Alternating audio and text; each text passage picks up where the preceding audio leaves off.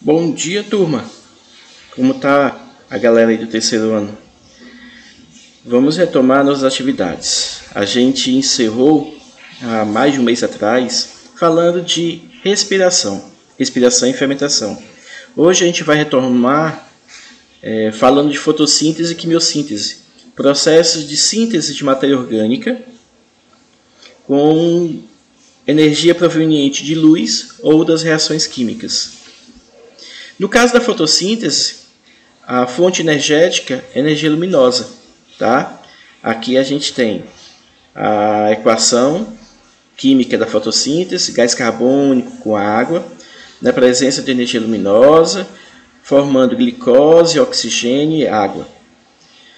Aqui embaixo, essa afirmação é introdutória para a gente poder explicar, no final, a gente ser capaz de explicar o porquê dessa afirmação. Todos os organismos fotossintetizantes são autotróficos, mas nem todos os autotróficos são fotossintetizantes. Mais na frente eu vou perguntar para vocês o que isso significa. Quais os organismos que fazem fotossíntese? Temos as plantas, temos as algas verdes e as cianobactérias. Todos esses exemplares absorvem a luz no comprimento de onda visível que vai de 400 a 700 nanômetros, sendo que o espectro azul e o espectro vermelho têm comprimentos de onda mais absorvíveis, os mais interessantes para a realização da fotossíntese. Está aqui nesse gráfico a gente vê melhor. Comprimento de luz azul, tá? Comprimento de luz vermelha. São os mais absorvíveis para a realização da fotossíntese. Os caminhos da fotossíntese. Bem, começa ali da folha. A folha é constituída de células vegetais. Nas células vegetais nós temos cloroplastos. No interior dos cloroplastos nós temos os tilacoides e um espaço que é o estroma. Na membrana dos tilacoides é que a energia luminosa é absorvida. Só voltar aqui um pouquinho. Na membrana dos tilacoides, a energia luminosa é absorvida e algumas reações químicas ocorrem nessa região. Tá? Tá aqui um primeiro esquema demonstrando o processo fotossintético. Tá?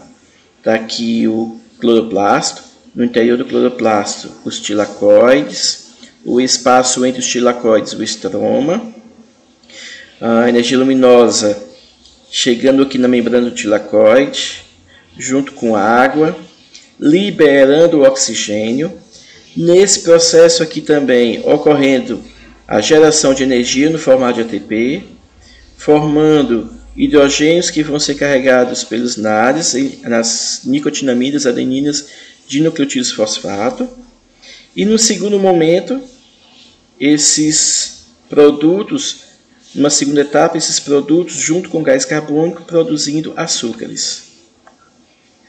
A primeira etapa que eu me referi é a etapa fotoquímica.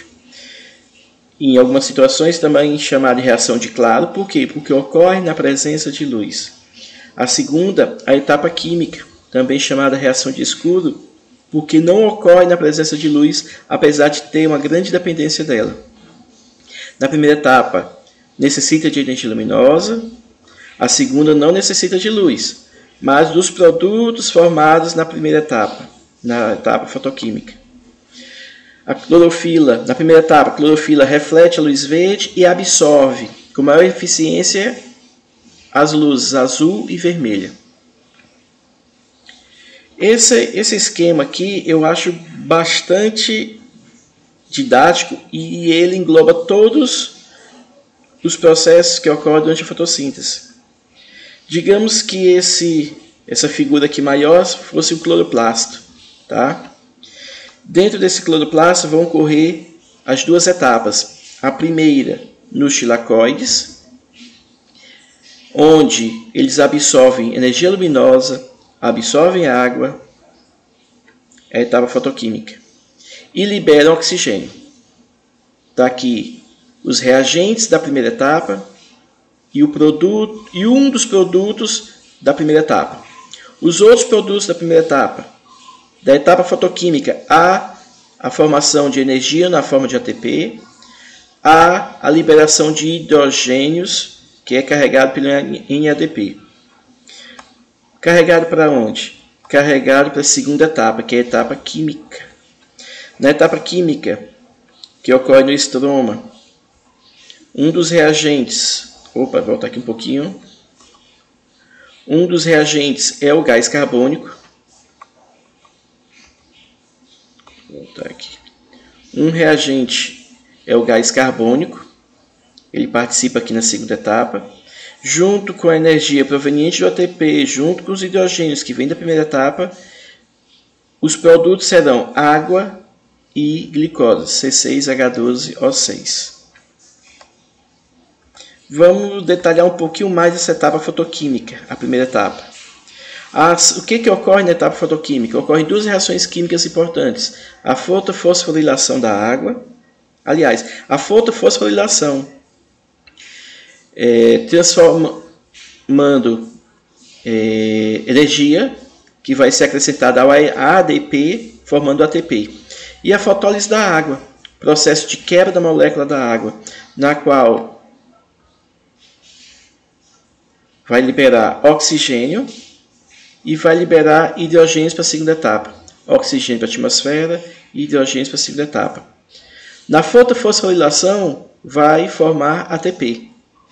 Os reagentes dessa primeira etapa, luz, água, ADP, NADP, descarregado. Quais são os produtos? Oxigênio para a atmosfera, o ADP se transforma em ATP, e a nicotinamida adenina dinucleotídeo fosfato vai carregar hidrogênios para a segunda etapa. O local de realização dos tilacoides. Fotofosforilação, adição de fosfato ao ADP, transformando em ATP. Fotólise da água, quebra da molécula de água nos tilacoides, liberando oxigênio para a atmosfera e hidrogênios que serão transferidos para a segunda etapa. A segunda etapa, nesse slide aqui a gente vai esquematizar aqui o processo de fotólise da água. Olha só o que acontece. Molécula de água na presença de luz, ela é quebrada em hidrogênios e elétrons e oxigênio. Esse oxigênio vai ser prontamente liberado para a atmosfera. Esses elétrons vão participar do processo de fotofosforilação do ADP e os hidrogênios vão para a segunda etapa.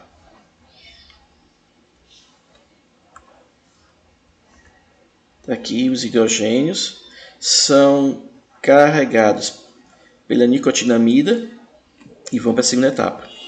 A fotofosforilação é o processo de energização, digamos assim, do ADP, transformando em ATP, que vai transferir energia para a realização da segunda etapa. A segunda etapa é o que a gente chama de etapa química. Ocorre o ciclo das pentoses, os reagentes são gás carbônico, o próprio ATP carregado de energia, a nicotinamida carregando hidrogênios, para produzirem carboidratos e água. Local de ocorrência da etapa química, no estroma. Bom, ao final, a equação geral da fotossíntese. 6 moléculas de gás carbônico. Aliás, a equação geral da etapa química. 6 moléculas de gás carbônico, com hidrogênios carregados pela nicotinamida, mais energia na forma de ATP, vão gerar glicose, água, adenina dinucleotídeo fosfato, descarregado, e fosfatos livres. O gás carbônico, ele vai ser importante na síntese do composto orgânico. O oxigênio do gás carbônico, ele vai ser importante também na síntese da matéria orgânica e na formação da água. Os hidrogênios carregados vão participar da molécula orgânica e vão compor a molécula de água. Fatores limitantes da fotossíntese. A fotossíntese, para ser otimizada, ela tem que estar em condições adequadas de temperatura, de intensidade luminosa, de concentração de gás carbônico. A temperatura ótima para a fotossíntese é aquela no qual ativa excelentemente suas enzimas. Na reação química fotossintética, há muita participação de enzimas, e as enzimas têm uma temperatura ideal de ação. Abaixo dessa temperatura ou acima dessa temperatura vai prejudicar a ação dessas enzimas. A intensidade luminosa. À medida que aumenta a intensidade de luz, aumenta a taxa de fotossíntese. Mas existe um limite, existe um ponto em que a intensidade luminosa ela vai aumentar, no entanto a taxa de fotossíntese vai permanecer constante. Concentração de gás carbônico. Quanto mais gás carbônico, maior a taxa de fotossíntese, mas também tem um limite, no qual a quantidade de gás carbônico aumentando, a taxa de fotossíntese permanece a mesma. Nesse outro gráfico aqui, a gente vê o ponto de compensação luminosa, no qual fotossíntese e processo respiratório se equilibram. No processo respiratório, há a produção de gás carbônico para a fotossíntese. No processo fotossintético da planta, há a produção de oxigênio para o vegetal. Acima dessa taxa de compensação, a quantidade de oxigênio formada vai ser maior. Abaixo dessa taxa de compensação, todo o oxigênio liberado pela fotossíntese vai ser consumido pela respiração. Acima desse ponto de compensação, também ocorre o armazenamento de nutrientes. Tanto a planta vai consumir nutrientes, o processo da fotossíntese vai render, produzir nutrientes, quanto ela vai também armazenar. Bom, algumas observações que a gente tem que tecer aqui sobre esse processo fotossintético. As partes verdes das plantas, representadas pelas folhas, são as regiões capazes de fazer a fotossíntese. O oxigênio liberado na fotossíntese provém da água e não do gás carbônico. Não vamos imaginar que o gás carbônico consumido na fotossíntese ele vai ser transformado em oxigênio. Não. O oxigênio liberado na fotossíntese ele é proveniente da quebra da molécula de água.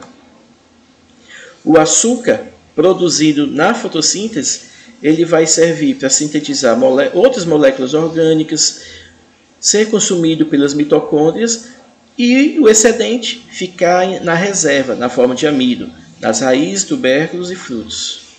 Bom, lá no começo da apresentação, tinha uma frase que dizia que nem todos os autótrofos são fotossintetizantes. O que significava aquilo? Que existem seres autótrofos fazendo quimiossíntese.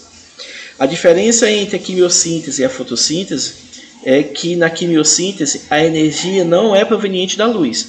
A energia é proveniente de reações químicas de redução.